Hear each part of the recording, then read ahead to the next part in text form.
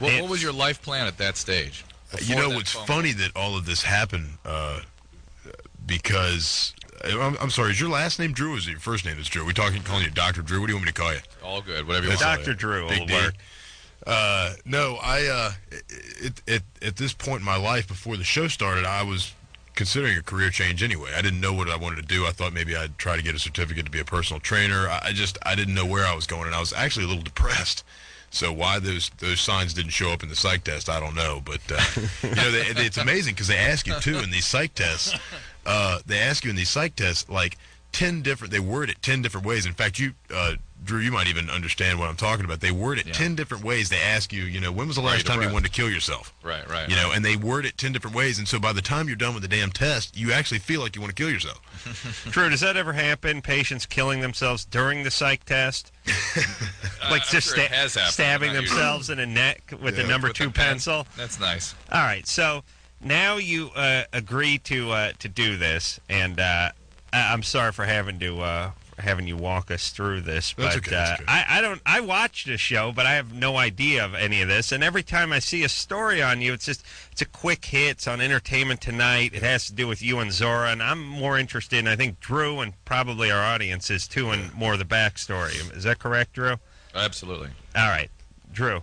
Yeah. You all right over there today? I'm great. Okay. So now you agree to do this. Maybe it's at a certain point, maybe you think this is more than I bargained for, or you gung-ho. I mean, we saw the episode where you're kind of wigging out a little bit. The most nervous I was probably on the show was when I was training, because that was the very first thing that I did on camera. They had me train on the horse, and then they actually had me, at the point that they actually had me ride up to the girls, I was nervous because I knew that all right, we're starting. There's no turning back now. Right. And then you just kind of settle into a pace, and you just kind of go with it. You got to get used to the cameras. It's weird because you're used to the cameras being there, but you're not really used to them being there. Right. You're used to them being around, but you're still in a very unnatural situation. In fact, we asked the Osborne kids about this, and they were saying, you're always aware of the cameras. You're just used to them. Yeah. I guess it's the same thing. I mean, it's like when we see people on Cops try to take a baseball bat to their neighbor's mailbox in front of the camera crew. It's always great. Yeah, a little booze, I mean, you had a little champagne over there. That always helps you forget about the cameras. And when I was outside too, I also tried to. Sometimes I'd just sit there and try to pretend that they were like gardeners, and like my peripheral vision, I was like, oh, it's just a gardener. It's kind of hard to do when you're in the house. So now, what are you going to do now? I mean, I'm sure people are coming at you with all kinds of kooky offers. No bondage offers or anything. But there's I mean, like, give us have you turned down anything? Like, someone called me yesterday and wanted to know if I wanted to host. I wanted to pitch porn bloopers. I was going to go on late night TV and have video cassettes of porn bloopers, and I would be the pitch person for it. Have you gotten anything? Did they get to you first for the porn bloopers? Like, where was I during that? I wish I'd you host do the that. porn bloopers. I should have sent them. Should have sent them your way. But I mean, no, I mean, you got a commercial here that says you just finished something for KFC. But what's the overall plan, or do you have one? I didn't. The fact that I wasn't, acting wasn't my, as they say in the, is this a trade or it wasn't a passion of mine. Right. I'm not going to be stupid though and not try to cash in on what I can. I mean, if people are offering, like I'm going to about 10 or 15 different cities across the United States starting next week, for some pretty good loot, just making appearances places, and I'd be stupid if I didn't do that. Right. Because one day. Adam? But pretty good loot. Not $3,000 to travel on 15 planes to go see a bunch of college kids drunk throwing your own condoms back at you, Drew. Please, Evan has good management. Yeah, you got to strike while the iron is hot. I thought you were going to say good manners before you got out management. Evan has good manners. No, not good manners, but good management. No. That's what I'm saying. All right, so basically you're going to just sort of ride this pony until it bucks you off. Yeah. Okay, that's smart. And you got to trade. That's the important part. It's like me. If the radio falls through, if anything falls through, the horse. Go back to carpentry. I have a question though. You were sort of confused and depressed before all this. It seems like, and it sounds like you're sort of even more confused now. even though you have an opportunity to cash in short term. Have your long-term plans changed? You know, it's not. No, it's not that I'm confused because I still am very. It's very uncertain as to where my future is That's going. That's what I mean. Okay, yeah, but and when I said I was depressed, I've always kind of how's the easiest way to put this? I've always been a little bit bigger than my britches. When I was younger, I always wanted to be more of an adult. I was I tried to start this construction company at 21, 22, and no one could tell me any different. So, I felt like I was behind. At age 28, I was like, gosh, I'm not going anywhere with my life. I'm not making any money. I'm not saving for a future and stuff like that. And my father was looking at me saying, God, you're only 28. What are you worried about? So that was a lot of my own fault, But let me explain something to you, Drew, as I've explained to you many times in my own situation. Most people don't have a plan. And I mean, I don't mean this in a bad way. It's good. No. You come from a place where you have a plan, where you have a plan for your kids, where people look out for each other. I mean, your kids are 10 years old. You're thinking about where they're going to go to college. You're putting away money for them to go to college. You're planning for the future, and the same was done for you, which is good. It makes you successful. But most of the idiots I grew up with, and probably Evan too, and including me being the biggest idiot, including ourselves. I mean, Evan's 28. When I was 28, I lived with 3 guys in La Crescenta, and I swung a hammer. Evan, no one has a plan. Do you ever pee on your friends? Oh, they had it coming, Drew. Is that a question for me or him? Yeah, because Adam's equating you with him and his 28-year-old career. No, I peed on my cousin once when I was like 10. Yeah, that's right. He did. See? I knew we had a Got it well I into did. his I peed 20s. on my cousin on the beach. I remember I was like 10 years old, and I dug a hole and put like rafts over it like a fort, and I peed on him. I don't know why. Nice. I don't know See? why. I knew I liked this guy. I'm I just can saying. see you guys are separated at birth. Most of the guys I grew up with at 28 didn't have a plan other than work. Did you ever, and Evan? not Did get in you jail. ever borrow a hat from someone and then crap in it and give it back to them? No. No, never did. I didn't This do is that. Adam's thing. No, Ray borrowed my Rams beanie and crapped in it and gave it back to me like a lunch bag. How dare he? I'm still mad at him.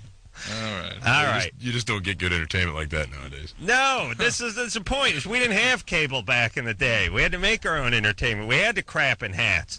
That's what they did. That's what they played stickball, and then they went home at night. They listened to the radio, and then they crapped in a Rams beanie. This is the way people would entertain themselves. I don't know why you find that so bizarre, Drew. With your laser discs and your video so you satellite. relieve yourself before you went to bed as opposed to in the morning. That's right. great. That's right. Oh, no. That was Adam and his popcorn tin. Oh, okay. All right, Drew, please. What is it? Well, Is Evan this needs to turning learn into a about roast? I'm trying to make a point that a lot of 28-year-old people don't have a plan. That's all I'm right. saying. I'll give you that. Jesus I'll get it. But Christ. my point was, though, Listen, that it was amazing. I don't mean to cut you off with a girl today. I met a girl today that's 19 years old.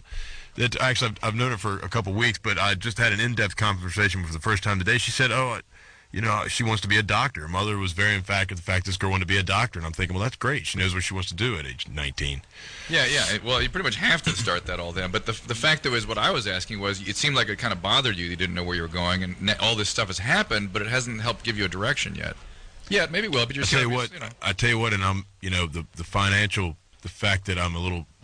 Makes you feel better. Yeah, the fact that I'm a little more padded in the pockets now financially gives me a little more freedom. There you go. All right. There we go. Money's not everything, but damn it, it sure helps. It does. I was just looking to see how this has changed things for him. So that's it. It does buy you time. Yeah, you want to know the psychological impact of this ordeal on Evan, and you want to weave in some me cramping in a hat stories. I did it all, didn't I? All right. Thank you. Danielle? Yes. You're 21. Yes. What's up? Well, I am sleeping with my admissions director. Uh-oh, I'm not hearing anything. All right, well, just be quiet until you hear something then. Go ahead, Danielle. Okay. I mean, Danielle. Thank you. Okay, I actually met him before I applied to school. All right, she's sleeping with her admissions director in school. See, Yeah. This is someone who has a plan. This is college or what? Yeah, she's 21. Yeah, so you knew him before you. Well, actually, I had met him on the bus. We got up at the same stop. It turns out he lives just down the street from me. And You he met asked him me at a if I bus was- stop? Is that what you said? Yeah, on Yeah. a bus stop. Yeah, we were on a bus. And he asked me, I had a book bag on me, and he asked me if I was going to school.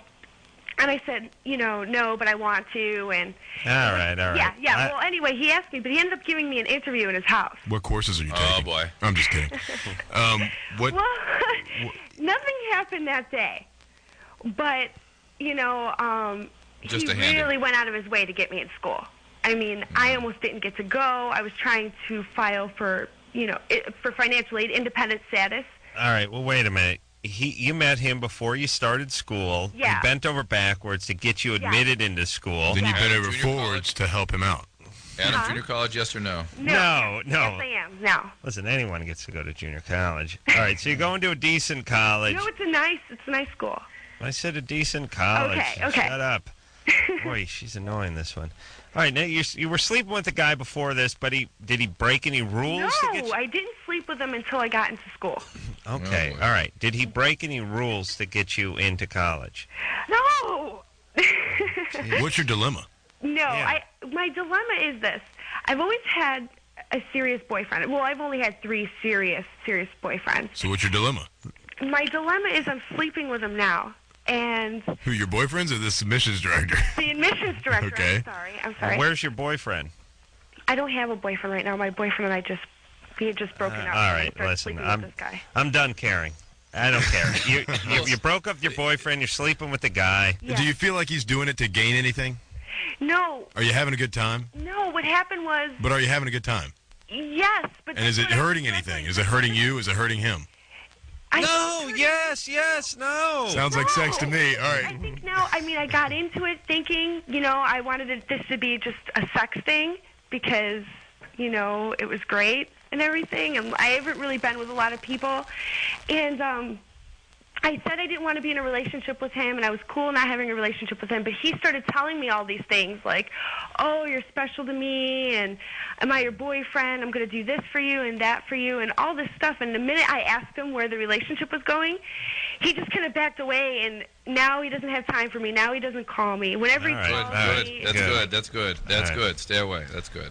I don't know Good why. ending. I don't know why it was, but I somehow, maybe it's just my mood, but I decided 8 seconds into that call that we were not going to be able to communicate with Danielle at all. Did you guys all get that same feeling? Yeah, unfortunately, I did. But Danielle the outcome is fine.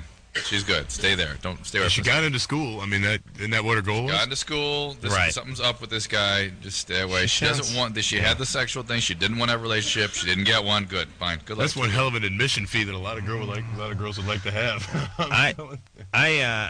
I got something off the topic, but I saw Buzz Aldrin taking a leak today. I walked in on him in a porta potty. What? Huh? Yeah. Where were you? I was at the Willow Springs at the racetrack Oh, my doing God. training for that celebrity Toyota Grand Prix of Long Beach thing that I finally wormed my way into. Oh, my And God. Buzz Aldrin is one of the guys. He was taking a leak in the porta potty, and I flung the door open, and there he was. How was it? It was regal. I mean, guys, how often you get to see an astronaut taking a leak? Yeah. All right. How old is that guy? Oh God, he's got to be getting around 70. 70. Yeah. Yeah. Lucky he could make it to the job. Yeah. Oh, he's still solid. He's one of those. Hey Drew, Yeah. let me ask you this. When guys get older, some of them get sort of decrepit looking. Some of them Yeah. sort of start to shrivel up. Other guys just turn into all forehead and hands and feet, and they start walking like apes. Like, you know how you would remember when you're a kid, you'd make your army men walk, kind of yes. clump, and they shake your hand like, I'm Buzz Aldrin, and they start Yes. squeezing your hand real hard, and they got these huge bony hands, and they become sort of all forearm and hand and forehead, and Yes. their ass starts getting lower, but their knees don't bend. Their legs get Yes. wider apart, and they start walking like clump. Yeah, They walk like gunslingers who've squared off in the middle of town. It's like the center of gravity. They become more dense and lower. Yes, Right? like Yeah. I imagine, like Buzz Aldrin at one point was probably 6'1" and 180 pounds, and now Yeah. he's 5'8" and he's 205 pounds. And it's all hand and forearm, and it's Maybe he has acromegaly. I mean, that's something it's a syndrome you get. Your hands expand, your forehead, your brow comes out, and everything. it works good because it's like you go, yeah, he's an astronaut. I bet I could kick his ass. Then you shake his hand, you go, that old man would crush me like a beer can. you know, like, I think they do it to intimidate, too. They go, like, that's like, don't F with me, you young effer. I still got some grip in me. I still got some life in these astronaut hands. That's right. All right, let's talk to... Did he pee on you? No, he didn't pee on me. I just flung the thing open and was staring at him, urinating into the pot from the backside. Good time. Silk? Yeah, hey Adam, how's it going? You're 13? Yep. What's your name? Silk. Yeah, well, that's what he calls himself. Silk, did you not call like 3 days ago? I did. Yeah. True knows voices. Unacceptable. Yeah, did we like him 3 days ago? This is the guy that you named Silk, Adam, because he's so unsilky. Oh, really? Mm-hmm. All right. All right. Well, what do you want? All right, well, I have a question for Evan. And I want to know, Evan, if the reason you didn't pick Sarah was because of that little foot fetish thing that she had, or something related to that made you think differently about your decision. I didn't know about that till I got back to the States. Actually, I didn't know about that till about 3 weeks before the show was over. So why not Sarah? Actually, I liked Sarah. It's just, you know, I knew that I was going to pick Zora a week into the show because... Oh, really? Yeah. I didn't know that. Is it one of those sort Fun of little just... factoid for you. Or was that just one of those sort of attraction things? No, the show was based around, you know, finding 20 women or finding one girl out of the 20 women that would accept me for me and didn't care how much I made and didn't care what I did. And was that important to you? Zora was that girl. Well, they put me on the show to find the girl out of that 20, and that's what I did. And I found her within a week, but I didn't tell production that. How did you know? I mean, did you really get a sense that the other 19, or maybe the majority of the others, would not be into you minus the cash? Yeah, I did. With some of them, I got that feeling. But the thing with Zora is that when we were out on our date in Paris, she didn't even want to be in. She didn't want to be there. She wanted to go home. She could have cared less who I was. Anything. It tipped me off when she said, you know, I wish I could just get on a plane and go home right now because I don't like what's going on here. And that's when I went doing. I mean, the light bulb went off in my head. I said, well, this is the that girl. was his penis. Well, yeah, that too. Yeah, no, that's by the time I boing. saw her breast, Doing. that was always going boing. Boing, yeah. There you go. Thank you. There it is. All right. Sounds so much better than me. We're going to take a little break here. Evan Marriott is here. Of course, Joe Millionaire. Drew is over there in Panama City, Florida. Drew, you sounding much better tonight. Thank you. Still warm there? Still can It hear. is warm. A lot of electrical storm and rain and stuff, though, but then it's hot during the day. It was beautiful today. We had a big event for the Trojan people. It was Love nice. thunderstorms. Good times. Yeah, I do too, except for when I'm flying. You know what I can't figure out with the...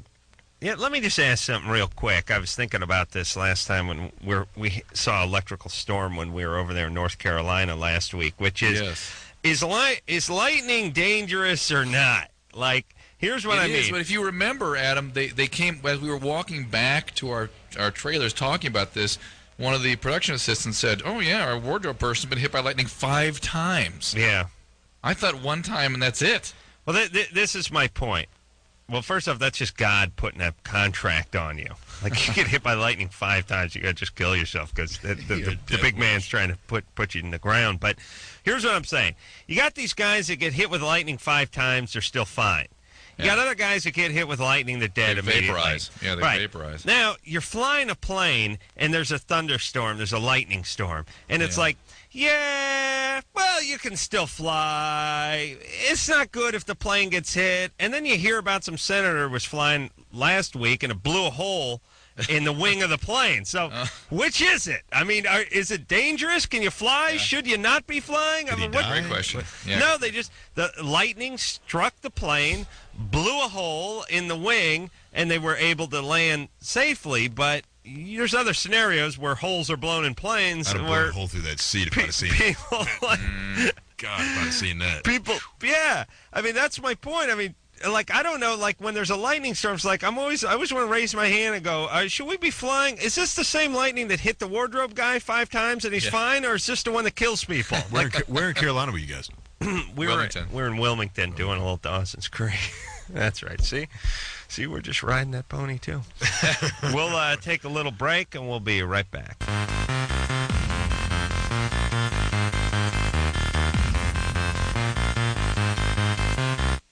Hey, everybody, it's Loveline. I'm Adam Carolla. That is Dr. Drew over there in Panama City tonight. Drew, you going to be back here on Sunday? Yeah, of course. All right. Evan Marriott is our guest tonight. Joe Millionaire, and he's a man without a plan, and I like that. There's nothing worse than those blowhard celebrities or personalities that come in here and want to talk about all the irons they have in the fire.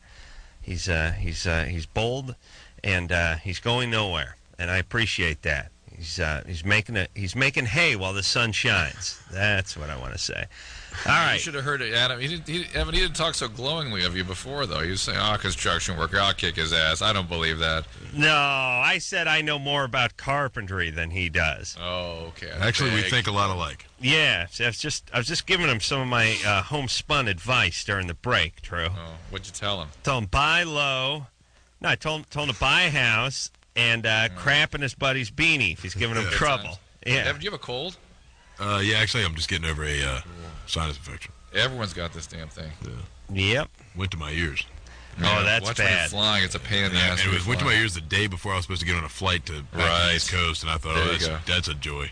Yeah, that sucks when you're laying in your ears popping and everyone's giving you their home remedies. Chew gum, blow, hold your nose, and blow. It serves to distract you and not think about it and keep you busy, but it never seems to actually work. All right, let's get back to the phones. And, phone screener Brian and Tara, don't call me Tara, goddammit. Let's get some chicks on the line here because guys are bad. You know. Jesse? Yo. I picked you because you were the only one that could have been the possible chick out of Ian, John, and Henry. I kind of figured. All right, well, what's up there, Jesse? You're 17. Yeah, I was kind of curious. I got my 18th coming up in like a month or so, and I was wondering if there would be any like health hazards or risks I'd be taking if I got my ladder pierced. Your what pierced? Like my nuts, like that center vein going up that. Oh, well, see, you see. That center vein going up that. Whoa, watch the S word there, Evan. Oh. I know, it sounds like it's the kind of show we should be able to talk about it on. That's what the guy said. He said that center vein going up. Yeah, that's what he said, all right. Well, first of all, if they're piercing a vein, he'll bleed to death, so I hope they're not going after a vein. Well, I'm going to bail on that one. You guys take over. Wait, okay. Evan, you don't have any piercings? No. Oh, dude, you're a square. You're not cool. I had an ear pierced when I was like, I don't know, I was like 16 or something. Calling all nerds.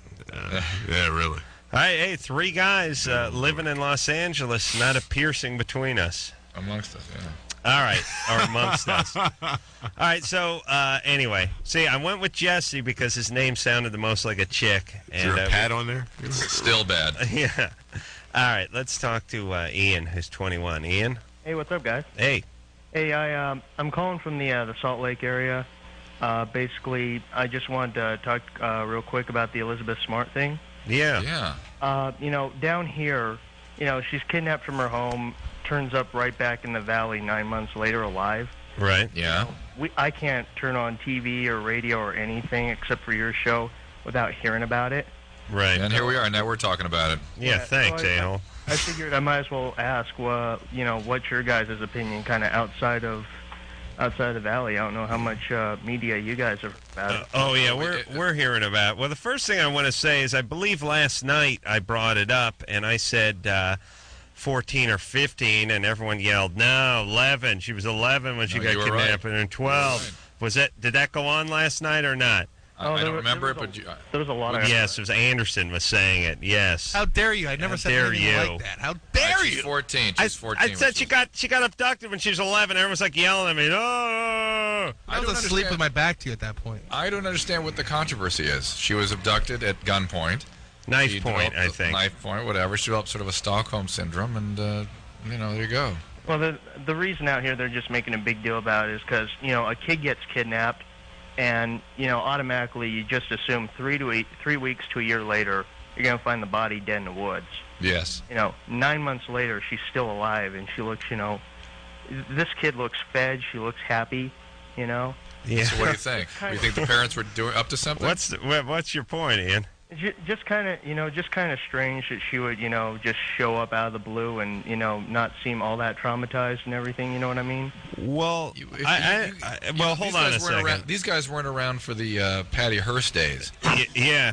You don't You know, remember and having she a was- Patty Hearst, or even Yeah, it sort of reminds me of that. This guy reminds me of sort of a Charlie Manson type. I never even knew she was gone. Was she ever in the news? Patty She Hearst was one of the first ones you kicked out of the mansion. Yeah, it's probably. All right, but Those girls are still back there. They're still missing. Ian, what is? I know. There's peculiar circumstances here, but it's not all that far fetched to me. No. The most peculiar part about it is that a 14-year-old was able to be abducted relatively easily and coerced relatively easily. That's kind of peculiar. But beyond that, and if you remember, Patty Hearst was kept in a closet and raped and just, and ended up becoming one of the SLA revolutionaries. That's right. When she was rescued, she didn't look so bad. Right. A year later. No, now she looks bad. Hey, Ian, do you have a theory, or are you getting at something? I guess is the question. Personally, my theory, nobody would agree with that. I'd just say she ran away with the guy. Yeah.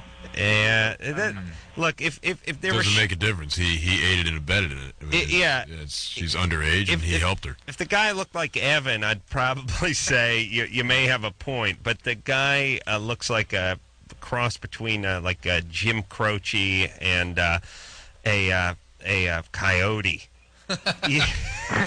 If Jim Coyote, I don't know why I was thinking about Jim Croce today in his plane, but the Wiley point Croce. the point is, this is a very unattractive, unkempt man. Yeah. It doesn't and is sort of hag of a gal, and it doesn't seem like they make a very attractive couple for a young 14-year-old. Maybe she thought he had She's a a lot child. He's an adult. He Yeah. He should never have taken her. He should have returned her if he knew where she was. Yeah, It's either easy way. as that. I guess what it is. I guess what we're all talking about here, as long as we're talking about it, is you keep saying, well, how does it happen that this person is not chained to a radiator back at a hotel or motel? You know what I mean? She can get up and run away. She can yell for help. Why didn't she do anything? And the answer is 14-year-olds can have their brains turned around pretty quickly, and this one evidently had her brain turned around pretty quickly. And this guy was probably saying stuff like, "You ever make a move, I'll kill your family. Right. I know where they live. You know I can get to them." He could have been saying, I got a partner of mine is sitting out front of their house right now. All I got to do is pick up this styrofoam walkie-talkie and say the code word, and they're going to go in and kill mommy and daddy. For all we know. So she had her brain turned around, and that's what happened. She's 14. She's a kid, and she's traumatized. There you go. Thank you. You agree with all that, Drew? Yep. Strangely, I do. All right. Let's talk to Meredith, who hopefully is a female. Meredith? Yeah, hello? You're 17? Yeah. What's up? Hi. I was wondering, am I still considered a virgin if my boyfriend fingered me? Yes. Yes. The penis didn't pass the plane of the vagina. He didn't use his penis to finger you, did he? Did he finger you in the dark when you couldn't see anything? No. Ooh. Ooh. And what? So- So, Because that might not have been his finger. yeah. Right. Huh? Okay. See, Don't worry about I told you. I'm sure it wasn't. When we go to the women, it's all gold. All right, so you want to remain a virgin, Meredith? Yeah. Why is that? Well, my parents are real big Christians, and I just don't want to disappoint Uh-huh. them. All right. Mental note: use guilt when coercing my daughter what the choices to make in life. Right. Got it. All right. And they want you to wait till you get married? Mm-hmm. Okay. And when do you? How long have you been with your boyfriend? About 5 months. 5 months. All right. And what have you done with him? What do you give him anything? No. Nothing. He just give you the finger. That's it. Yeah. You give him the boot. Fine. And Good times. you're content for this to go on for a while? Yeah, I plan on it. Okay. All right. Good times. There's your answer. Well, enjoy. Thanks. All right. We'll see you in hell. All right. My God is more offended by the finger banging than he is by the penetration. He really is. That's my God, because penetration, at least we got an excuse. It's like, hey, this is procreation. This is what you got to do. But the finger bang, you guys got a beer in one hand and your vagina in the other. You got your pants pulled down. There's something cruder about that. As you get older, I know when you're younger, you sort of do things in order. It's like, well, I got to grab a boob, then I got to do some fingering and all that stuff. But as an adult, fingering plays almost no role in my life anymore. Like as an adult male, Evan, the fingering not so big as it was in high school. Am I right? Not doing anything. No. It's really, as a guy. It's amazing because the touching the boob still does. So we go back to that. Yeah, I could make a bigger argument for touching the boob than the fingering. Yeah. But Drew, What? I know you would argue with that because you're passionate man. No. Yes? The fingering thing always just seemed like some sort of milestone that you needed to have gotten through. You know what I'm saying? So wasn't it amazing though? It was like once you got there, it was just like, wow. Yeah. It was just like this, and then it's gone. So what? Yeah, but the fingering was sort of the security you had to pass through at the airport. Yeah. You know, is this something I got to do? It's a hassle. Right, what are you going to right. do? Take my shoes off? Yeah, but don't you Not the remember flight. don't you remember when you actually got the finger down there? It was like, wow, you really thought you were going places. Oh, yeah. You, Yeah, you the website, really yeah. thought you were going, man, this is going to happen. That was the whole point. It was one Right. of those. It was Thank you. one of those mile markers you saw on the way to the finish line. Just so often you pulled up lame and never Evan, crossed the line. They have you talk about this stuff on Access Hollywood and Entertainment Tonight. Sure. Well, Mary Hart and I were going to get into it pretty hot and heavy on Entertainment Tonight about her sexual feelings and mine. And I just saw. No, Drew, not really. Drew, are you high? Yes. Really? I just saw just a couple nights ago. Pat O'Brien was like, "Next up, Joe Millionaire finger bangs." His feelings about it. Drew, you're the only guy I know who brings stuff up, then has someone go along with the joke, and then gets confused. Yeah, that's the beauty of me. All right, there, buddy. You have yourself another cup of coffee. Yeah. Tell those a-holes in the background to quiet down. I can hear some of those jack-offs yelling in the background. Fair enough. All right, Evan Marriott is here tonight. We'll take a quick break. We'll be right back.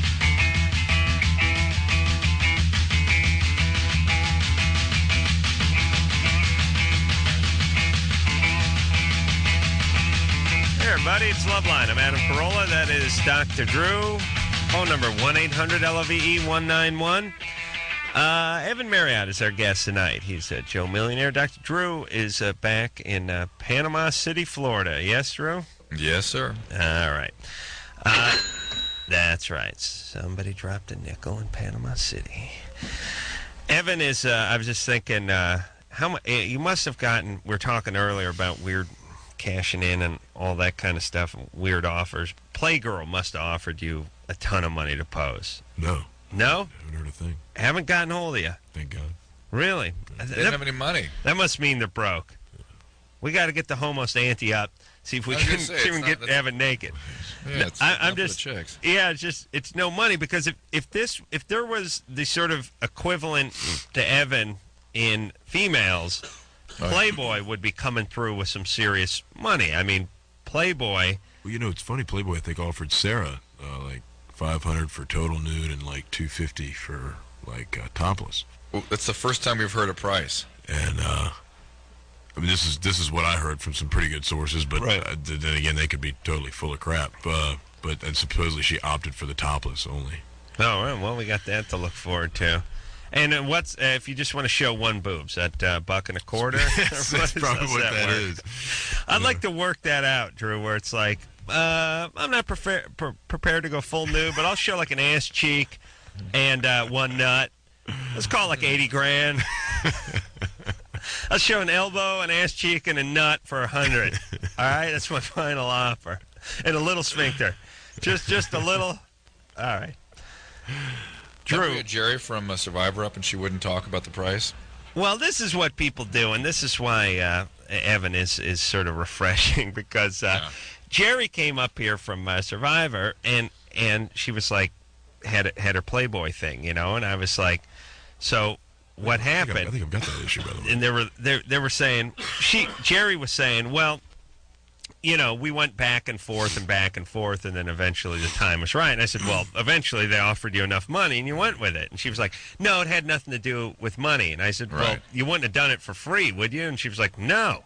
I was like, well, so it had something to do with money. And she's like, no, it was an artistic statement. And I was like, Look, everybody, you do stuff for money. I don't know why in this business we have to pretend like we don't do stuff for money. In every other business, it's very clear. I mean, when you're driving a backhoe or swinging a hammer or you're an attorney or whatever you are, you go to work to earn money, and you do stuff for money. Now, you don't want to endanger yourself or endanger anyone else or be unscrupulous or whatever, but you work to do stuff. That's fine. I don't know what the big deal with that is. No one in this business will talk about what they made for a commercial or how much so-and-so offered or what they got paid for this gig or that gig.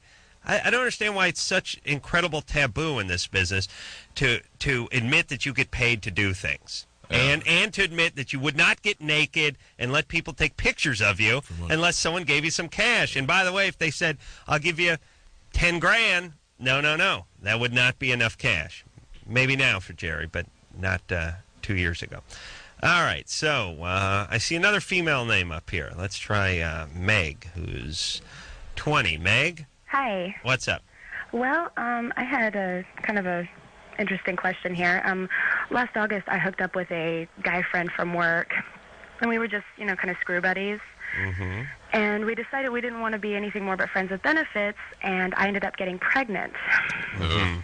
And I had an abortion, and we agreed that we weren't going to pursue a really serious relationship, but I still had to work. Whoa. We agreed, or he said he wasn't willing to? No, we agreed. So you didn't want a relationship either? No. No way. No way. If he had said, you know what, I'm falling in love with you, we need to get involved here, how would you have reacted to that? I would have been iffy just because I'm so young. I'm not really ready for a serious relationship. All right, well, she's 20, but let me just cut you off for a second, Meg. Drew, I know what Drew's getting at, and I'm getting at it too, at least emotionally, which is we don't know if a woman calls in and says we're just going to be screw buddies and we agreed it was just one of those friends with benefits things. It's either one of two scenarios. Either you're lying to yourself, meaning he's just making it clear that's all he wants and that's the only way you can be close to him, so you just go with it on his rules, but you wish it was another way, or you're just damaged. I mean, you got trouble. Yeah, you got relationship. Yeah, you got serious intimacy issues. So which one is it? Well, we had talked about, what we wanted. Forget about we. I gave you an A or B. Which one is it? I didn't want to get seriously involved just because I'd rather just be able to have sex and not have any attachment. All right, so you're damaged. I'm damaged, yeah. All right, so what happened? Your dad died, or what happened? Oh, I had a 2-year relationship when I was younger, and it went crappy, so I guess I don't want to get serious. That's not it. Your dad. Where's your dad?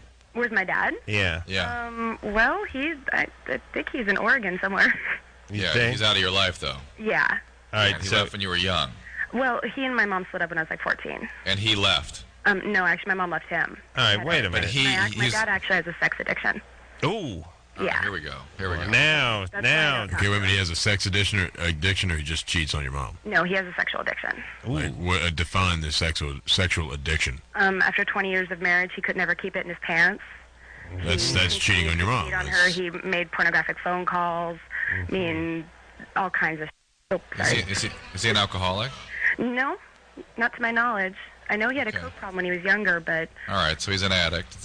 Usually stimulant addiction and a sexual addiction go together, and usually when they try to stop the stimulants, that's when the sexual addiction emerges. Well, But the real is here, you had a very seriously disturbed relationship with Dad. Yeah. And Dad is a sick guy, and so it's tough for you to have a relationship with men unless they're abusive and unavailable. True. I don't want to look at it that way, but you may be right.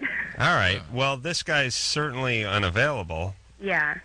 Well, and I didn't want to make myself available to him. Right, okay. But the thing is that, okay, I had an abortion, I had to deal with that, and this guy was my friend, and he was there for me and saw me through it. Right. But ever since then, things have been really, really, really weird between us, and I have to work around the guy.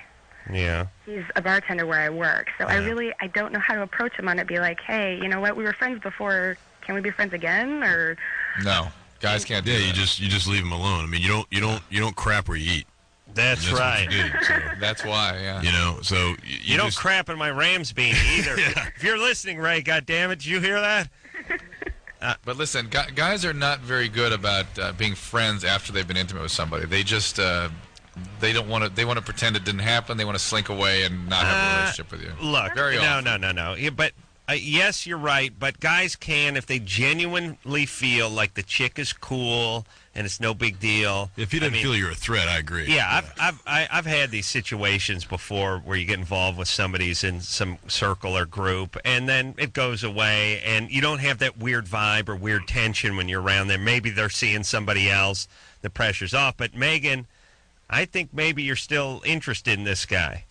Well, for a while Yeah. when we were having sex, I did start to get interested, and that's why we cut things off, because I didn't want to get attached to him. Yeah, you said you were screw buddies, but were you like going out on dates at all? I mean, were you just coming over and screwing, and then he leaves? No, we were hanging out like as friends. We weren't like going out on dates. We'd go and just hang out, play pool, have a couple. I'll tell you what, I don't go screwing my friends. I mean, my friends are my friends, and the girls that I date are the girls that I, screw, have sexual relations with. Or give the finger bang. Yeah, I mean, I consider girlfriends friends. Because that's what you want in a relationship. You want a friend, but it sounds like you had more than just a screw relationship to me. All right, well, I'm going to sum this up.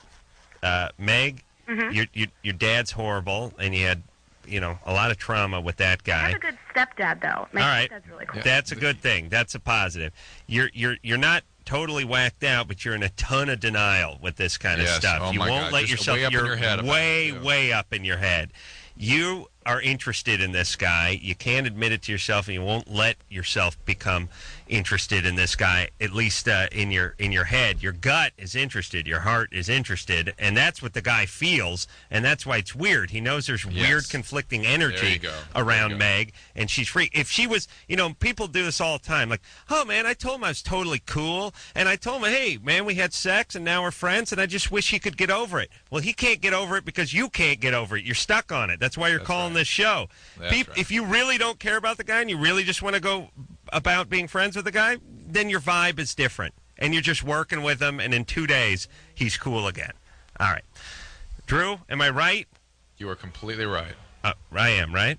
Yes. Right, buddy? Completely. All right. Completely. Evan Marriott is here. He's Joe Millionaire, of course. He's going to hang out with us. Drew's over there in Panama City, Florida, and we'll be right back after this.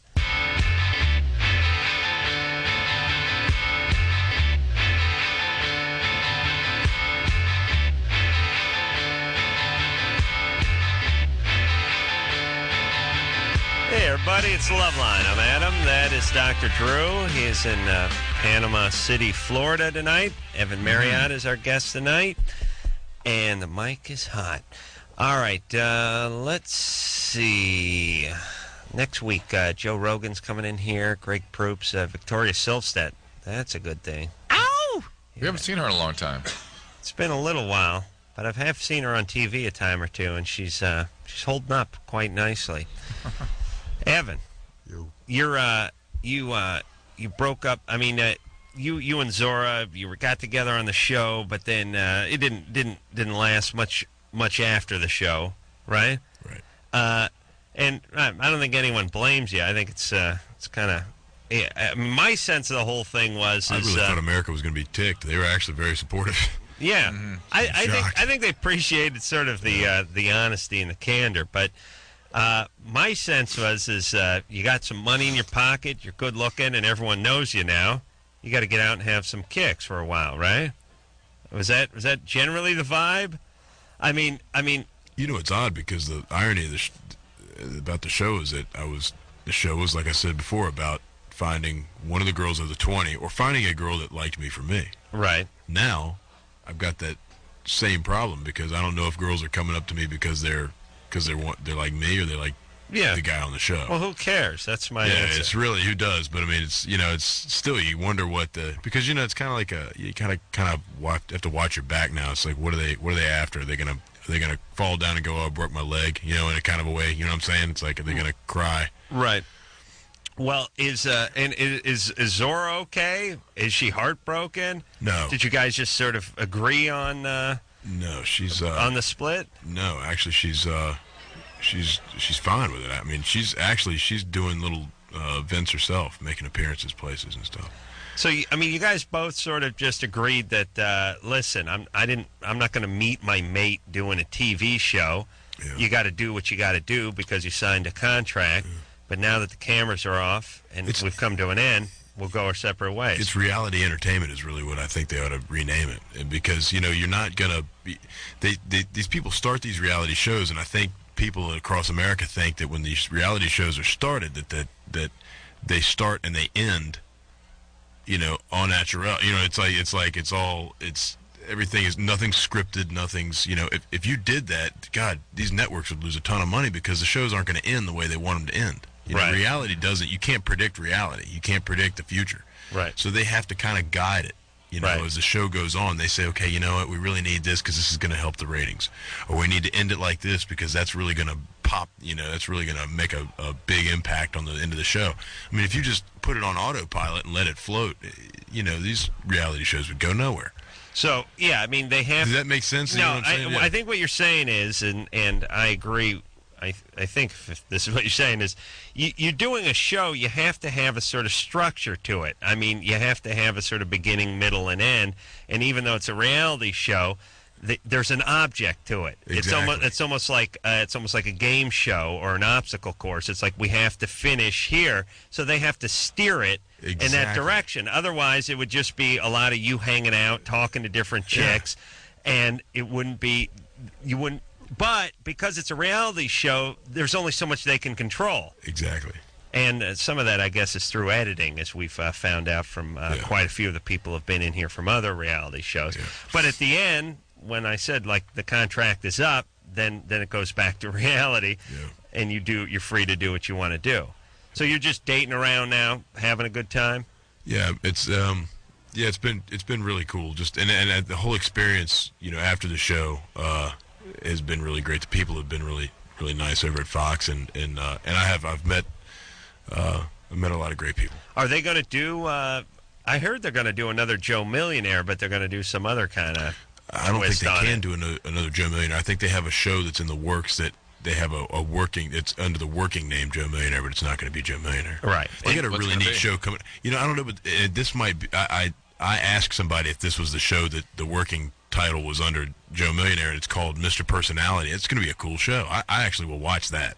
It's when they put the masks on those guys, and then the girl doesn't know what they look like, but she has to choose which guy she likes by his personality. But that would actually work more than if they switched it around and had girls with masks on. You know what I'm saying? Yeah.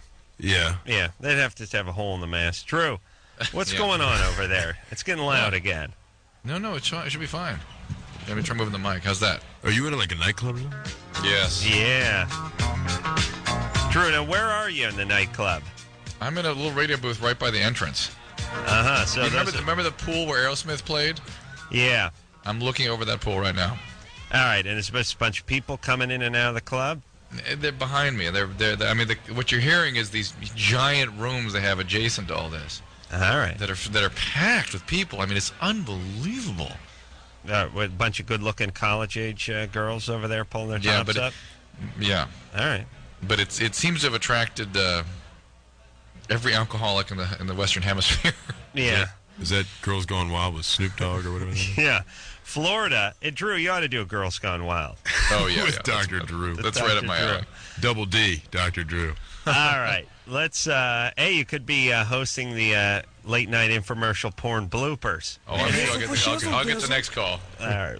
I'll be called next. Let's talk to, I'm looking for a chick over here. Charlie's a female. Charlie? Yeah. You're 20? I finally got on. Jeez. What is up? What is upper? Okay. All right. Come on, baby. Let's go now. How old are you? I'm 20. You're 20. 20. 20. Doesn't sound it, does she? No, she sounds like you're about 13. No. I always like when people repeat what. Hold on. 1st. Hold on a second. I like when people repeat back to you what you said to them. Like you go, how old are you? And they go 20, and you go, you're 20, and they go 20. It's like, yeah, didn't I say that? They do this with pronunciations of their names too. Tell you how to spell it and pronounce it the exact same way you just pronounced it. All right, Charlie, go ahead. What's the question? Okay. Well, what club is the guy there, Drew? What club is All right. You got a question or not? I do have a question. Let's go. When did your dad rape you? No, I am not messed up at all. All right, go ahead. Okay, do all guys, do they all play with themselves? Yes. Yes. Okay, because... You got 3 opinions right there. Evan's doing himself right now, and he's using his right foot to do me. Hey, listen, listen. Listen. Yeah, hold on a second. Charlie, Yeah. you're good looking, aren't you? No. I'm You- ugly. Are you? Yeah. No, you're hot. Okay. Can you listen? Are you hot or not? No, I'm not. You're unattractive. Yeah. Just picture me as one ugly chick. People have told you you're unattractive? Oh, yeah. You don't have a I had a boy? horrible high school. You're fat. Drew, please. Oh, I'm huge. How tall are you? Hey, How tall are you? I can't tell you. Okay. Oh, criminy. Are you Okay, How tall- anyways, how tall are you? Can I tell you? I'm 5'8.5". Okay, how much do you weigh? 127, 130. Yeah, you sound like a pig. 5'8.5", 120. Okay, You're disgusting. why do you want to know if I'm good looking? I can tell you're good looking because you're a pain in the ass. Because we're guys and we play with them. So, Yeah, so good looking girls do this. This is how good looking people do this, but good looking girls do it especially. They go, listen, and then they don't say anything. That's how I know you're hot. When you go, everyone listen to me, everyone listen, and then you say nothing. That's how I know you're hot. Okay. My best friend, boyfriend, we've been together forever, okay? Your best friend's We talk about boyfriend. He's a boy. your best friend's boyfriend. No, my boyfriend. We're best friends. You know, we talk about everything. Okay. You got a great Okay. relationship with your boyfriend. Huh? Yes. You're saying you have a great relationship with your boyfriend. Go ahead. Oh, yeah. And anyways, he swears that he does not masturbate. He's and lying. I hate that word. I hate it. He's lying. He's lying. That's all there is to it. He's lying. Well, hang on a second. This is the thing.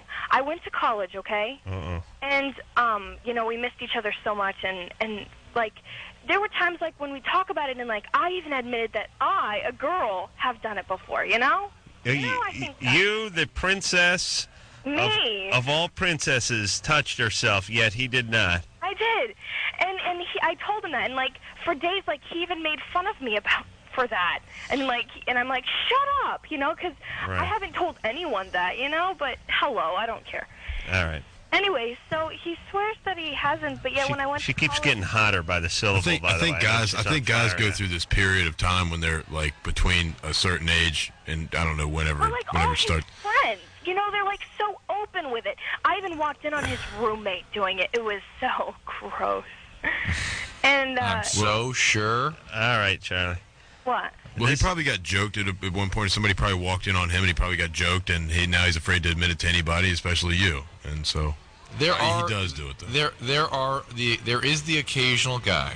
Yeah. That does not masturbate. Shut up. Go Now ahead, listen, Drew. Charlie, they still will have wet dreams. Yeah. Because if they don't pull the semen out of them themselves, God will take it out for them. Right. I'll take But that for him. but it is unusual. It is really unusual. Hello. I use a shop vac myself. I don't buy that, Big D. I just think you know. D. I do. I mean, you know. So you think he does it? Okay. All right, let's just say he does. But All right. Nearly all guys do, but simply there's unfortunately once in a while you run into a troublemaker. All right, there, Charlie. Hey, Drew, you want to Yeah. come out to South Padre? South Padre, what's that? South Padre Island? Yeah. It's another big spring breaker. Ah, I see. Yeah, you go down there. What's with the ERs? It's breaker, yeppers. Yeah. How do you do her? What's all Hey, that? Evan, you're pretty hot. I have to Thank let you. you know that. Thank you. And I'm sure you're hot as well. I just wish you'd admit No, it. I'm not. I know you are. All right, there, You guys Charlie. Have a good night. All right, baby doll. I'll tell you all the signs of being hot. First sign of being hot is only hot chicks said when you punch them up, they go, well, it's about time. I was wondering when you're going to get to me. See, ugly people, fat people, scarred people, they don't do that. It's about time when they've been on hold calling a radio show. Hot chicks are always like, they're not used to waiting around. So that's the first tip. And the second is listen to me, listen to me, listen to me. I got nothing to say. All right. And when they do stuff like, I admitted that I did this, and he still didn't do it. It's like, this is hot me saying I masturbated. That guy pulls his putt every day. But if you had a girlfriend like that, she's a hot piece of ass, but you realize you can't communicate with her really because she can't form a sentence. So you just sort of BS her. We've all had those relationships. Let's talk to. All right, I'm going to get a guy in here somewhere. Let's see. Oops. Please don't. Leslie, Hi. you're the chick. Hold on a second. What's your question? Keeper. I wanted actually I had two questions, and I don't want you to answer it because I know your view. I wanted to know. All right, well then hang on. Oh, no, wait a minute. Come on. Well, she can't call a show and say she doesn't want the host to answer the goddamn question. How dare you? John? Leslie. Oh, for Christ's sake. She can just sit on hold for a second. John? Don't go anywhere, Leslie. My call. You're 17. What's up? Yeah. I'm living with my girlfriend right now. She's 22. I'm 17. I have a daughter, a 3-year-old daughter that I'm in love with, and she has 2 children, a 4-year-old girl and a 2-year-old boy. Jesus Christ, it gets worse. You got a 3-year-old daughter? Yeah. So you're 17. Yeah. So you got your girlie pregnant when you were 14? Yeah. And she has 2 She had kids. the baby when I was 14. And she has 2 kids. No, this is not. No, this is a different girl Right. that I'm with now. Oh, okay. Right. But you got her pregnant when you were 13. Yeah. Holy mackerel. All right. So, Drew, what goes on there when people open the door? Oh, you heard that? No. Somebody's bringing me coffee. All right. Well, tell them to slide the coffee under the door next time, would you? They heard the door open. Drew, you can see how important your needs are to us. We're playing disco music and talking to Dr. Drew. All right, John, I'm ready to focus now. All right. So you got a girl pregnant when you're 13. Yeah. I'm over that, and now you got a new girl, and you have your 3-year-old, and you're 17, and your new girl has a couple of kids. How old is she? She's 22. She's 22. Yeah. And Are you Hispanic? No, she is though. Okay. She is. All right. Yeah. Okay. So this Yeah. Go ahead. this is the problem. Drew knew someone was Mexican in this equation. he didn't know who. All right, go ahead, John. I'm sorry. It's funny. Okay. All right. Yeah. So I discipline my daughter. I spank her sometimes, and I make sure that she knows like what she's supposed to do and what she's not supposed to do, and she's really well behaved. But my girlfriend's children, she doesn't take the time to like discipline them at all, and they don't behave at all. And so, like when we're all together, like my daughter, like soon she's gonna be thinking that I have like double standards, how I treat her and how I treat the other children. Yeah. Yes. Because How old are the other kids? a 4-year-old girl and a 2-year-old boy. All right. Discipline is not striking a child. That is abuse. No. Right. That's abuse. So go ahead and get a book called Time Out for Toddlers and do exactly what that book says to all 3 kids. And then teach your girlfriend the technique you learn in that book. Time Out for Toddlers, it will change everything. It will give you a technique to use to discipline all 3 kids that you can use across the family system. And your girlfriend will be delighted too because it'll make things a lot easier on her. When you actually do what works for kids, it's amazing the relief you have. Now, what do you do? And then when your daughter grows up and she's in jail, you'll know that Time Out for Toddlers worked. You can Because I didn't do a thing when I grew up that, if it was wrong, I didn't get popped on the butt. So, and I turned out okay. So, I don't know. I don't agree with that. Yeah. All right, so I'm with you, Evan. all right, so John, take it easy on your daughter's backside, would you please? Oh yeah, I do. You don't have to hit her in the face, but I mean, Okay. a pop on the butt or just a little slap on the wrist ain't going to hurt anybody, Well, I'm glad that you had your kid. I mean, you got someone pregnant at 13, but you're being a man. You're doing the right thing. You're getting involved with someone. Now, just be careful about this 22-year-old.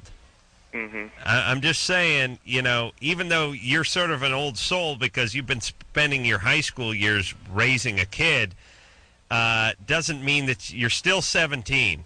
Right. And this chick is 22. And there's a reason why she's 22 and has a couple of kids and no old man. And you don't want to add to that. I mean, you don't want to be the next ex-old man.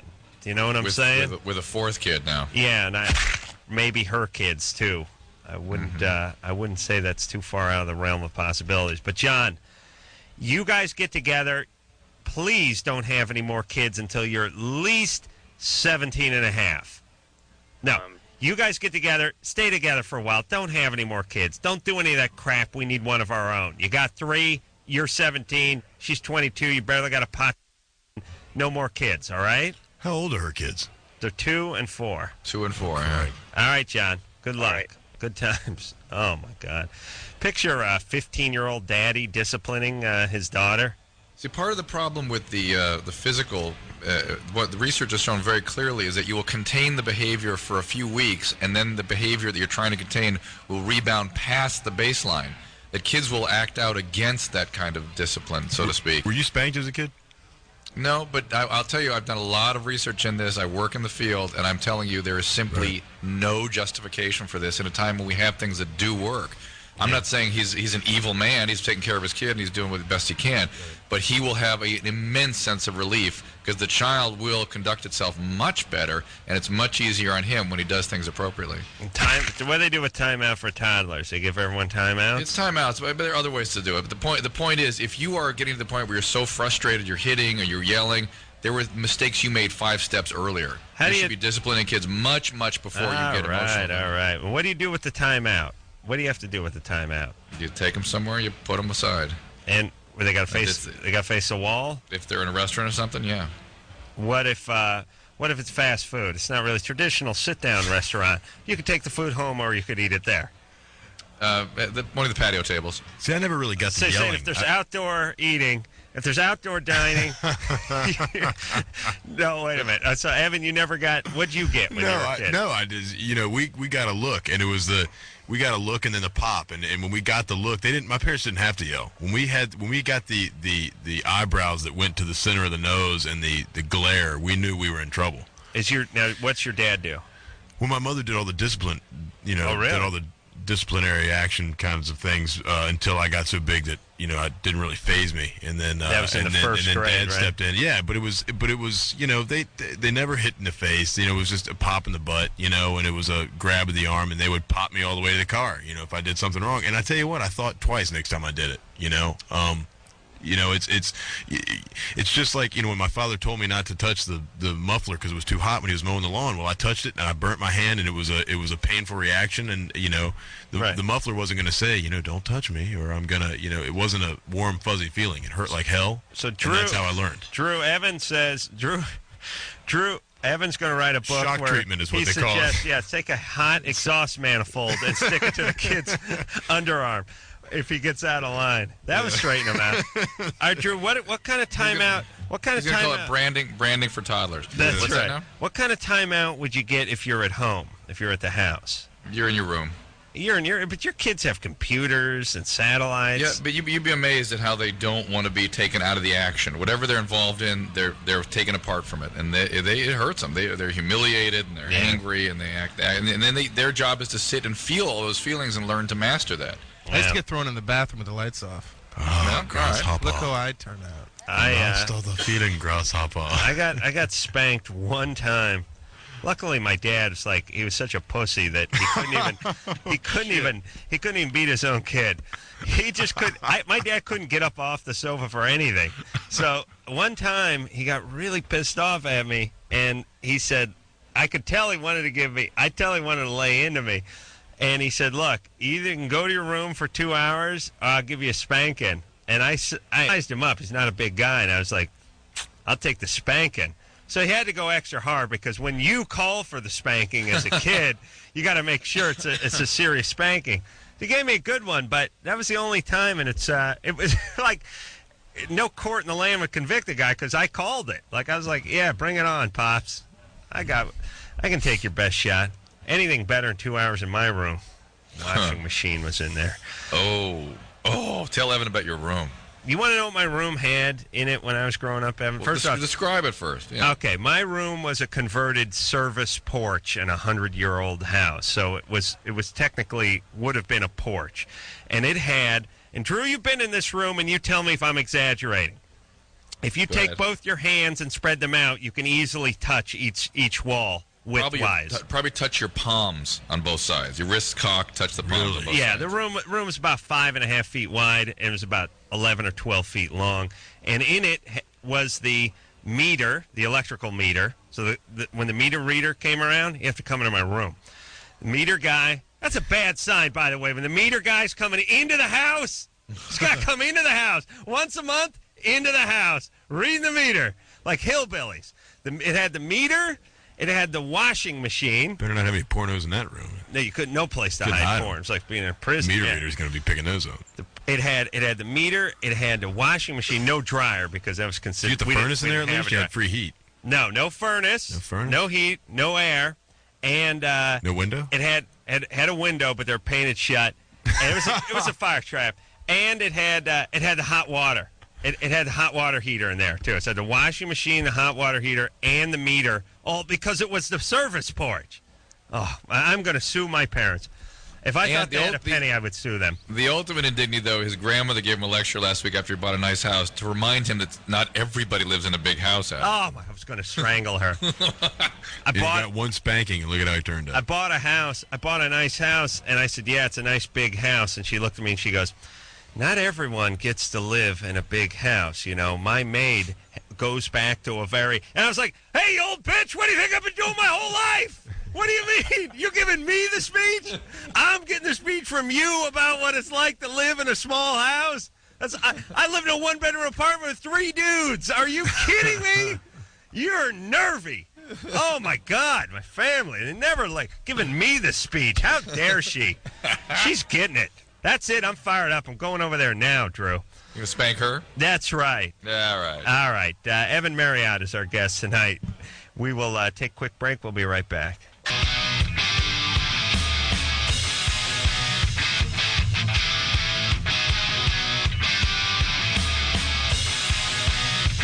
Hey, everybody, it's Loveline. I'm Adam. That is Dr. Drew. He is in Panama City, Florida. Evan Marriott, the millionaire, is here. He just handed me a smoked dom, and Let's give him a plug. He was telling me how much he loved them. And, Drew. Yeah. Who loves a smoked almond more than me? Nobody. Man, there's enough salt on these things to put down a small herd of elephants. Unacceptable. I'm telling you. Oh, so I love a smoked almond. In fact, every airline in the land knows about your love for smoked almonds, I believe. Yeah, because they're giving out Fiesta Mix, which is just a dried crap with a bunch of powder on it. And I think you start your tirade every time with, hey, how about some smoked almonds or something here? Well, listen, we got all these pussies who are allergic to peanuts or allegedly allergic to peanuts that have cut me off peanuts on a flight. How about these guys step up with some almonds? Who's allergic to almonds? You know what I'm saying? Yeah. Cheap cashews. Cheap bastards in their Fiesta Mix. Smoked almonds and a Sprite. Man, how refreshing. I tell those guys, who eats this Fiesta Mix on the ground? You know a human being? Is there a vending machine on the land that carries Fiesta Mix? Does anyone go out and buy Fiesta Mix? No. They only serve it in airplanes because the only people who will eat it. I want my smoked almonds. Thank you, Drew. Yes. No, I'm good. I'll eat them on there. All right. Drew, when I'm elected, a chicken in every pot and a smoked almond in every mouth. And airplane. An airplane. Thank you. All right, let's speak to Cassandra. Cassandra? Yeah? You're 16? Mm-hmm. What's up? Okay, well, I broke up with my boyfriend a month ago, and now he's going out with one of my friends, but last week he told me he was still in love with me. And I don't know if I should tell my friends or what. Why'd you break up with him? He was too attached, and he called me all the time, and it was annoying. All right, well, is it any wonder that he's still in love with you? He probably is dating your friend to keep around you or keep near you. Yep. But how can Tell your friend that. See how they like it. What's that? How can I distance myself from him? It's so annoying, and he's all... No, you love it. There. You love it, baby. No, I already have another boyfriend, so I'm just go away. All right. Here's the other question. He's dating a really good friend. Is she that good of a friend if she takes on your boyfriend after you've already bailed him? She asked me if it was okay, and I said it's fine. Oh, well, if you're passing the boyfriend around, that's a different story. Well, but doing her a favor. Yeah. Hey, Cassandra? Mm-hmm. Here's what you need to do, and here's what everyone needs to do in these sorts of situations. If you don't give him any feedback for a couple of encounters, he'll leave you alone. Meaning, if he'll call, don't call him back. You'll see him in the hall. He'll try to confront you. You just sort of keep walking. Of course, he's listening to the show, so he's going to know what you're doing. So that kind of kills that. Right. Now, son, if you're listening, here's what you do to counter that advice. All right, son? You got to get a blow dart. Now, Cassandra, don't dance with him. Don't engage him. All He'll right. go away eventually. Yes, he will. he will. He's not disturbed or anything. He's not threatening suicide or anything like that, right? No. No. All right. He'll go away. Here's the problem with our job here, Drew. Besides being me being a man deep into my 30s and talking to 15-year-olds about beating off all night. Yeah. And Except for that. Then going off on 10-minute tirades about smoked almonds on the air in air travel. But other than that, here's the other problem. So many people that call this show, we're not sure if they actually want to do what they're calling about. And here's what I mean. Yes. A lot of people say, this guy, he bugs me, he's in love with me, I dumped him, and I don't know how to give him the message. But there's a part of them that likes the attention, and so they're going to engage in the behavior or the dance that's going to keep this situation alive, right? Yep. If I say, if you truly don't want to be around any situation, if you truly want to get out of it, if you don't want to dance with the person, you can figure out a way to shut them down pretty fast. But if you like the fact, and who wouldn't, what 16-year-old chick wouldn't like the fact that there's some dude running around out there who's madly in love with them and telling them once a week? You know, in a way I don't blame her, but in a way she's not being honest if she says she wants to end it. All right, so if she wants to, don't talk to the person. Next call. All right, let's talk to, let me see. Drew, what is going on back there? Somebody's coughing. How's your teeth? Who do you have in the room with you? An engineer. Tell him to quiet down. Do you have to get a guy with tuberculosis? How are your teeth, Adam? My teeth hurt. That same song was playing about 20 minutes ago. That's a long damn song. Drew, what do they do with my teeth when they pull them? Is that medical waste? Do they incinerate them? Exactly. Do you think my tooth was incinerated? I do. You do? Yeah. I think my dentist keeps them on a wall, like in his den, like trophies. He might make some sort of a sculpture. Make out of it like a necklace, like they'd make in Vietnam out of ears. Right. Yeah. Evan, you see this? See, my jaw's a little swollen here. Tooth pulled. Yeah, it grosses everyone out. You want to see it? That's good. Yeah, it's like stitches. Stitches in the gums are bad. Yeah. Drew. It's cotton in your mouth. I didn't tell this to you. We're moving on. But I got to say this. When I went to the dentist, they were like, "You're going to be in the chair for a little while, so you better grab a movie. We'll play it up on the TV set. You can plug in Tower Inferno. Yeah." And then they told me I better pick 2 movies. Oh. That's a bad sign coming from the dentist, right? What's the other one you picked? I picked some National Geographic thing. But I think I was out by the time that came on.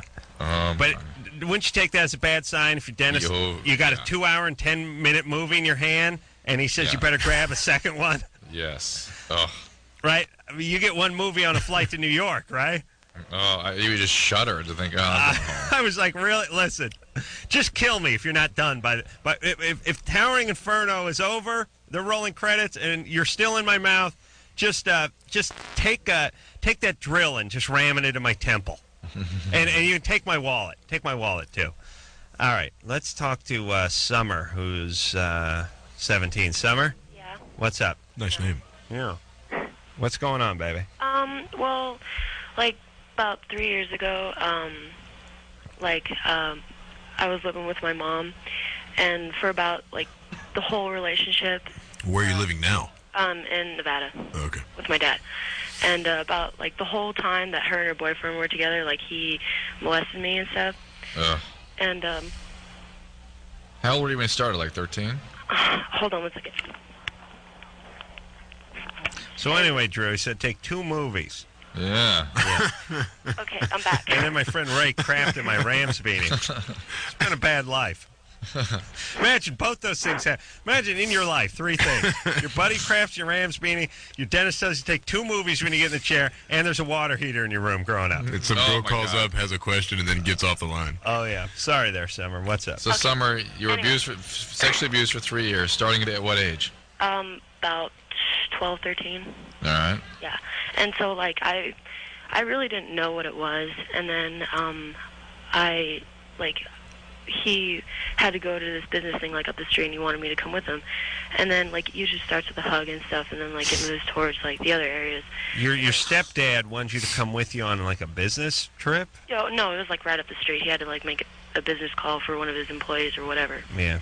And Clean so, a like, router out. Yeah, whatever. Yeah. And so like I pushed him away, and he's like, "Well, I'm not getting anything from your mom." And I was like, "Oh my God."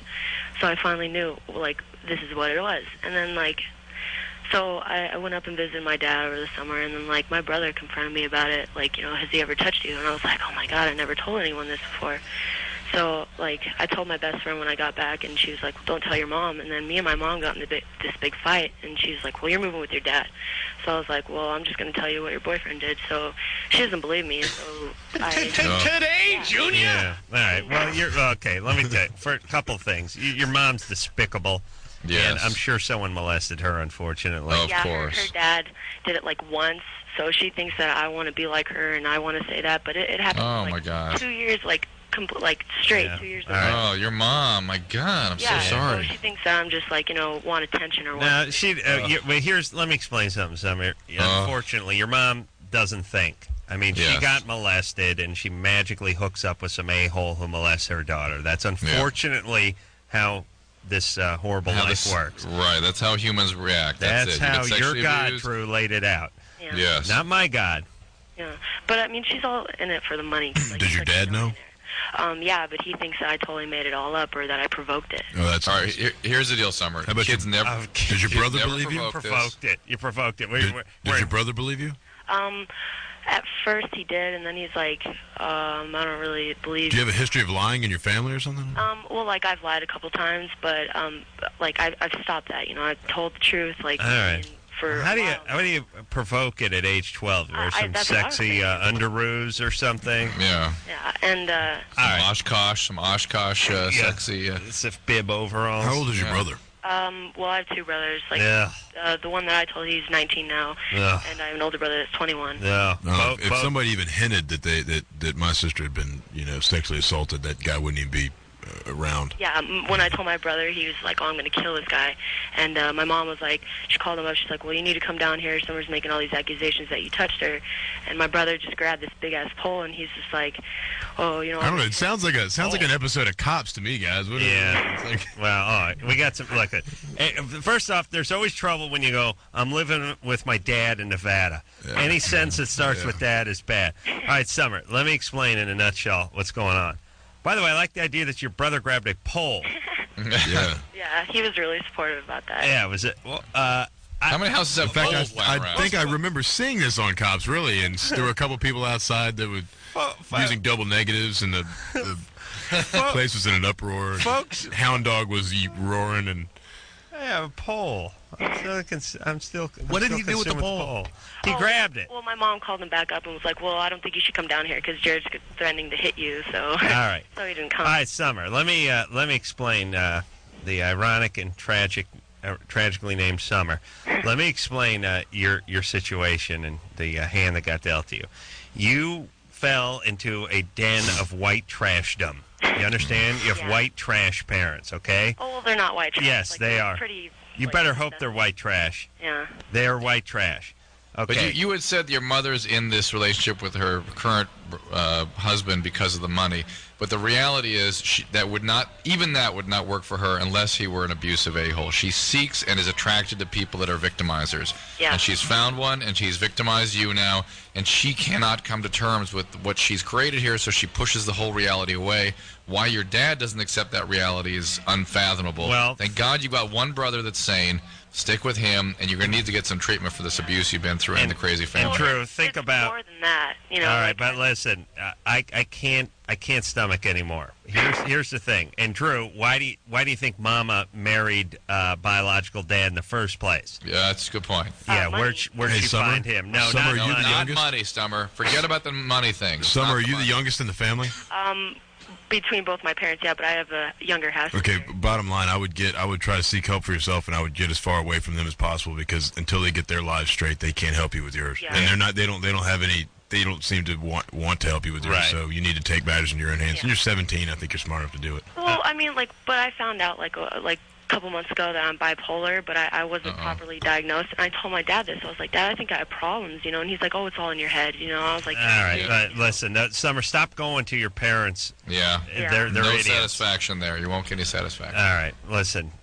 Look. I tell people to do this all the time. You heard me cursing my father and grandmother just moments ago on the show. Again, abandon your family. I'm appalled. If they're bad, if they're not good people, if they're not taking care of you, if they're abusing you or hurting you in any way, feel free to abandon them when you're 17, 18 years old. Get your friends, get your life, get an apartment, and get started. That's it. All right.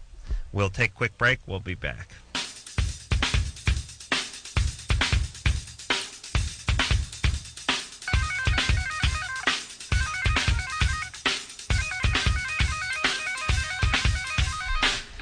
Hey, everybody. It's Loveline. I'm Adam. That is Dr. Drew in Panama City, Florida, everybody.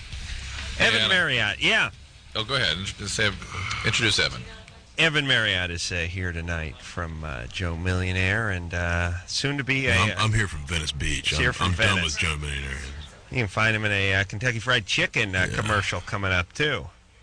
Drew, what were you going to say? I was telling someone I was thinking about how last time we were here, we were filming the show for MTV, and our special guest was Mike Myers. That's right. I think I went over this with you, and we were trying to figure. He was promoting a movie about a secret agent. He had bad teeth. It was a throwback to the '60s. We like couldn't figure it out. Like what? Huh? Yeah, and Mike Myers kept telling me. It's Austin Powers, International Man of Mystery. Don't just say Austin Powers. That's right. Austin Powers, International Man of Mystery. That's the title.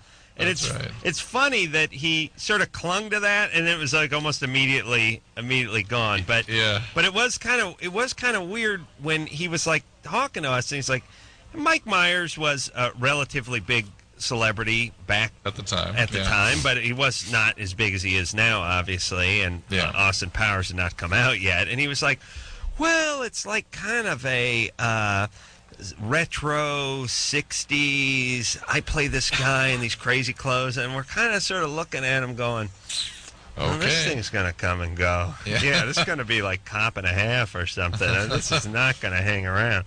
So there you go. Turn into a franchise, and I got to believe, Drew, that it wouldn't have had the success it had he not been on our MTV show from Panama City. That goes without saying, of course. Okay.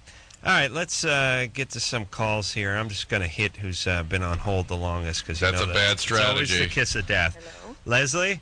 Hi. All right. I have two questions for you. Yes. You mean you held this whole damn time? Well, because I want my answer. Do we have a prize for this chick, or what? I mean, God, that was an hour ago. A prize will be an answer. Good God. Yes. Go ahead, Leslie. I wanted to know, when does looking at porno become an obsession? An addiction? When it's having when there are consequences, and when the consequences increase, and yet the behavior continues. So spending money, ruining relationships, but I mean, money to the point that it's a problem, and screwing up relationships or work. Okay.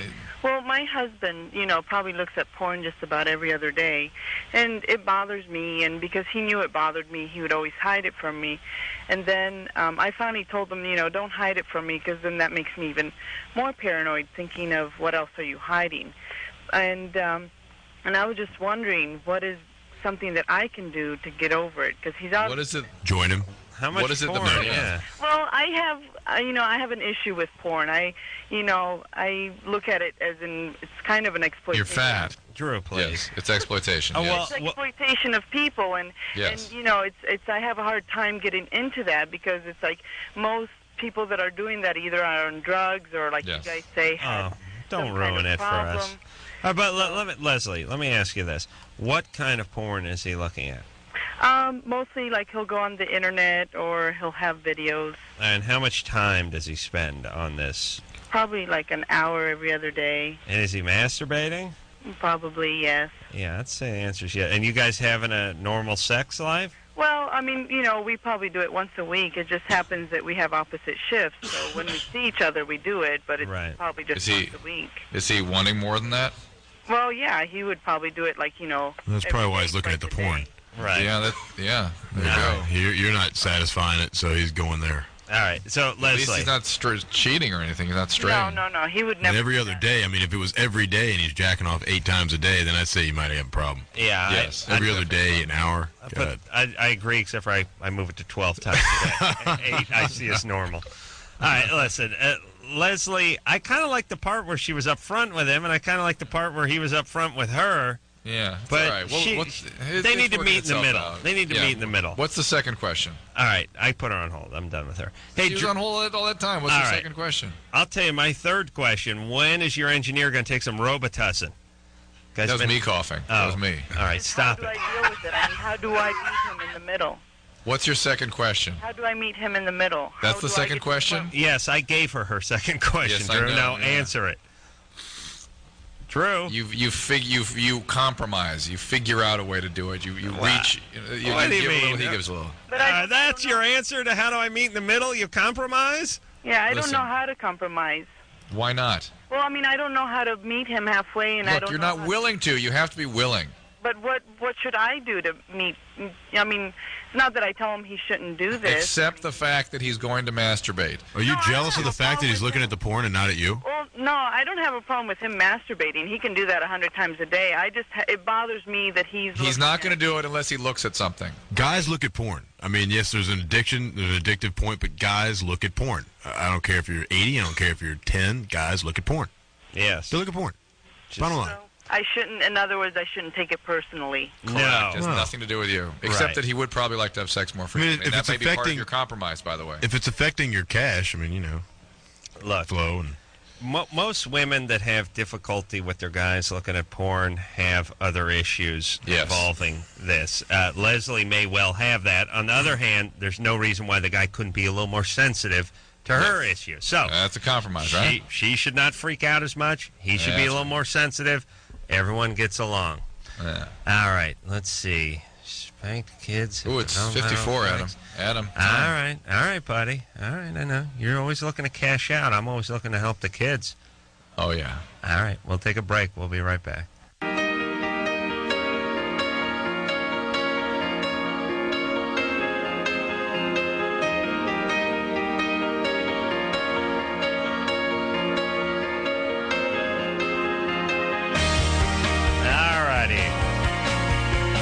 That song, and I think it's because it signals the end of the show.